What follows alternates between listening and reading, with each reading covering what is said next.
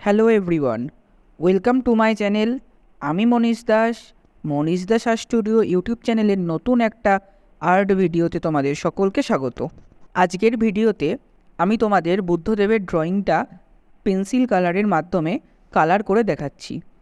এটা বুদ্ধদেবের ড্রয়িংয়ের সেকেন্ড পার্ট। ফার্স্ট পার্টে আমি বুদ্ধদেবের ড্রয়িংটা তোমাদের ফ্রি হ্যান্ড করে দেখিয়েছিলাম, তো সেখানে আমি স্টেপ বাই স্টেপ ভয়েস ওভারের মাধ্যমে বলে দিয়েছি কিভাবে কি করতে হয়। তো এখনও যারা ওই ভিডিওটা দেখোনি অবশ্যই ওই ভিডিওটা দেখে এসো।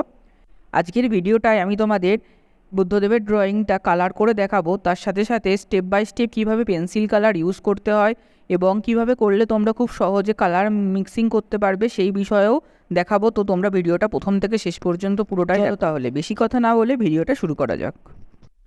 তো ভিডিওর শুরুতেই তোমরা দেখতে পেলে আমি কিছু কালার এখানে নিয়ে নিলাম। তো বেসিক্যালি আমি এই কালারগুলোকেই ইউজ করে এই পোর্ট্রেটটা বা বুদ্ধদেবের ড্রয়িংটা করব। তো তোমরা দেখে নিলে আমি কী কী কালার ইউজ করছি। তো নেক্সট স্টেপ, তোমাদের পেন্সিলগুলোকে ভালো করে শার্প করে নিতে হবে। তোমরা যত ভালো পেন্সিল শার্প করে কাজ করবে তত তোমাদের ব্লেন্ডিং ভালো হবে। তো এখানেও আমি যে পেন্সিলগুলোকে শার্প করার দরকার আমি সেগুলোকে শার্প করে নিলাম, তোমরা দেখতেই পেলে। পেন্সিল কালারের মাধ্যমে কোনো ছবি কালার করতে গেলে আমাদের সবসময় ব্লেন্ডিংয়ের ওপরে নজর রাখতে হবে। তো ব্লেন্ডিং যত ভালো হবে তত ছবি দেখতে সুন্দর হবে। তো এখানে আমি কিভাবে ব্লেন্ডিং করছি সেটা যদি তোমাদের দেখাই তোমরা খুব সহজে বুঝতে পারবে না। তো সেই কারণে আমি তোমাদের আলাদা একটা পেজে কিভাবে ব্লেন্ডিং করতে হয় সেটা দেখিয়ে দিচ্ছি। তো তোমরা স্টেপ বাই স্টেপ প্রথম থেকে শেষ পর্যন্ত দেখতে থাকো, আশা করি তোমরা অনেকটাই বুঝতে পারবে। তো এখানে ব্লেন্ড করার জন্য আমি তিনটে কালার দিয়ে নিয়েছি, লাল, অরেঞ্জ আর ইয়েলো। এই তিনটেকে আমি তোমাদের ব্লেন্ড করে দেখাচ্ছি। তো দেখো, প্রথমেই আমি রেড কালার, তারপরে অরেঞ্জ কালার, তারপরে ইয়েলো কালার ব্লেন্ড করব। তো এখানে প্রথমে আমি যে ব্লেন্ডিংটা করে তোমাদের দেখাচ্ছি সেটা যারা বিগিনার্স আছো, যারা পেন্সিল কালার কিভাবে ব্লেন্ড করতে হয় জানো না, তারা অনেক সময় করে থাকো। তোমরা কি করো, তোমরা তিনটে কালারকে একই প্রেশার অ্যাপ্লাই করে ব্লেন্ড করার চেষ্টা করো। ধরো আমি এখানে রেড কালারটা যে প্রেশার অ্যাপ্লাই করে করছি, ঠিক তারপরে অরেঞ্জ কালারটাও ঠিক একই প্রেশার অ্যাপ্লাই করে করব, আবার তারপরে যখন ইয়েলোটা করব ঠিক একই প্রেশার অ্যাপ্লাই করে করছি। কিন্তু এটা করলে হবে না। এটা করলে দেখো লাল আর অরেঞ্জটা মিশে গেলেও অরেঞ্জ আর ইয়েলোটা কিন্তু মিশছে না।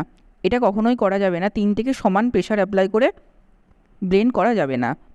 এখন তোমাদের আমি যে কথাগুলো বলবো সেগুলোই হচ্ছে অরিজিনাল কালার পেন্সিল ব্লেন্ড করার টেকনিকটা খুবই সহজ, তোমরা একটু বুঝে নাও তাহলে আশা করি করতে পারবে।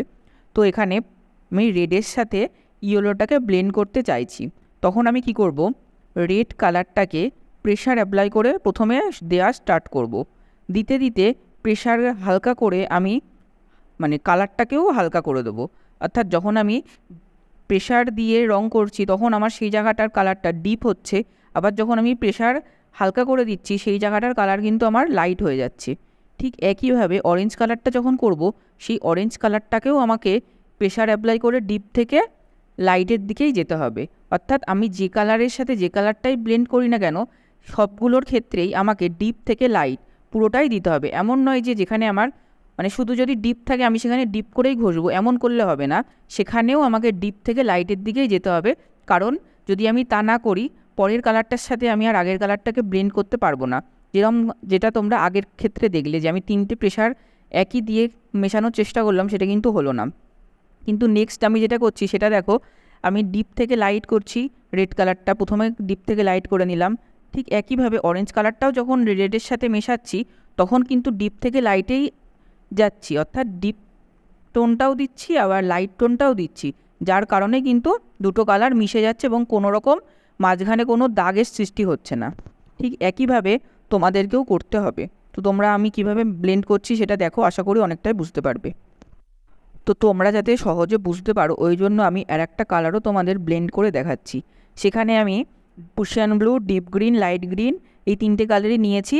তো তোমরা দেখতে থাকো আমি কিভাবে মেশাই।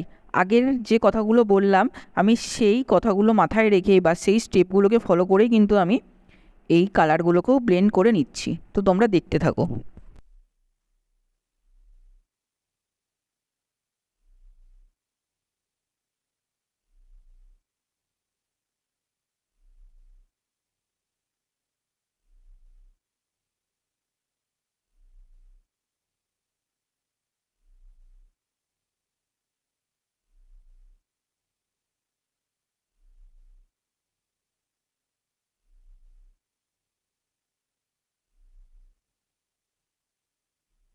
আশা করি তোমরা বুঝতেই পেরেছো একটা কালার পেন্সিলের সাথে আর একটা কালার পেন্সিল কীভাবে তোমরা মেশাতে পারবে।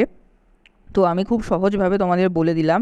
তো আমি ভিডিওতে বা আমি যে পোর্ট্রেটটা করছি বুদ্ধদেবের, সেই বুদ্ধদেবের ড্রয়িংটাতে আমি একই পদ্ধতিতেই কালার মিক্স করে তোমাদের দেখাচ্ছি। তো পিছনের যে অংশটা রয়েছে সেখানে কালার মিক্সিংয়ের কোনো ব্যাপার নেই, জাস্ট যে ঘরগুলো আমি করেছি সেগুলো ডাইরেক্ট কালারই ইউজ করছি। তো আমি যেভাবে তোমাদের কালার মিক্সিং করার কথা বললাম, তোমরা ঠিক সেই একই পদ্ধতিতে কালার মিক্সিং করে দেখো, অবশ্যই তোমাদের ছবির উজ্জ্বলতা আরও বাড়বে। আর একটা কথা, কালার পেন্সিলের মাধ্যমে যখন তোমরা কোনো ছবিতে কালার করবে, অবশ্যই তোমরা সেটা একটা লুজ পেজে করার চেষ্টা করো এবং লুজ পেজটাকে বোর্ডের সাথে আটকে নিয়ে, তাহলে দেখবে তোমরা যে ছবিটা করবে সেই ছবিতে অনেকটাই ডার্ক কালার দিতে পারবে। কিন্তু যদি তোমরা কোনো খাতায় কালার পেন্সিল দিয়ে করার চেষ্টা করো, তাহলে কিন্তু ওই ডার্কনেসটা সেখানে আসবে না। কালার পেন্সিলে ব্লেন্ডিংটাই সবথেকে গুরুত্বপূর্ণ। একবার যদি তোমরা ব্লেন্ড করাটা শিখে যাও, তাহলে আর কোনো রকমই অসুবিধা হবে না কালার পেন্সিলের মাধ্যমে কাজ করতে। তো ব্লেন্ড করা যদি তোমরা পেরে যাও, তাহলেই তোমরা যেখানে যে কালারের সাথে যে কালারই মেশানো থাক না কেন, তোমরা খুব সহজেই সেই কালার দুটোকে মিশিয়ে ওই কালারটা তৈরি করে ফেলতে পারবে। তো আমি ঠিক একই পদ্ধতিতেই পোর্ট্রেটটা বা বুদ্ধদেবের ড্রয়িংটা কমপ্লিট করছি। তো তোমরা দেখতে থাকো কীভাবে আমি কি করছি।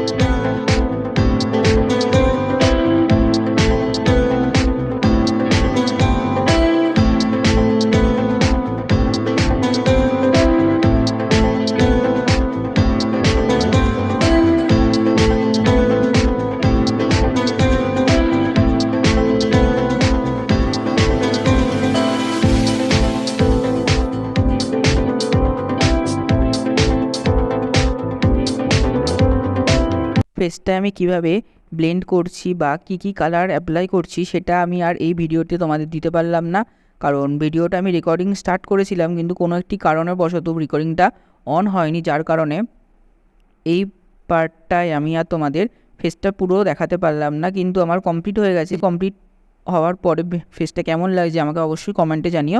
এখনও অনেক কাজ বাকি আছে। তো নেক্সট পার্টে আমি তোমাদের আরও ডিটেলসে এই বিষয়ে দেখিয়ে দেবো। তো আজকের ভিডিওটা এইটুকুনি। ভিডিওটা কেমন লেগেছে অবশ্যই আমাকে কমেন্টে জানিও। চ্যানেলে যদি তোমরা নতুন এসে থাকো, অবশ্যই চ্যানেলটিকে সাবস্ক্রাইব করে নিও আরও নতুন আর্ট রিলেটেড ভিডিও দেখার জন্য। দেখা হবে নতুন একটা কোনো ভিডিও নিয়ে। ততক্ষণের জন্য সবাই ভালো থেকো, সুস্থ থেকো। মনীষ দাস আর্ট স্টুডিও ইউটিউব চ্যানেলের সঙ্গে সর্বদা জুড়ে থেকো। বাই।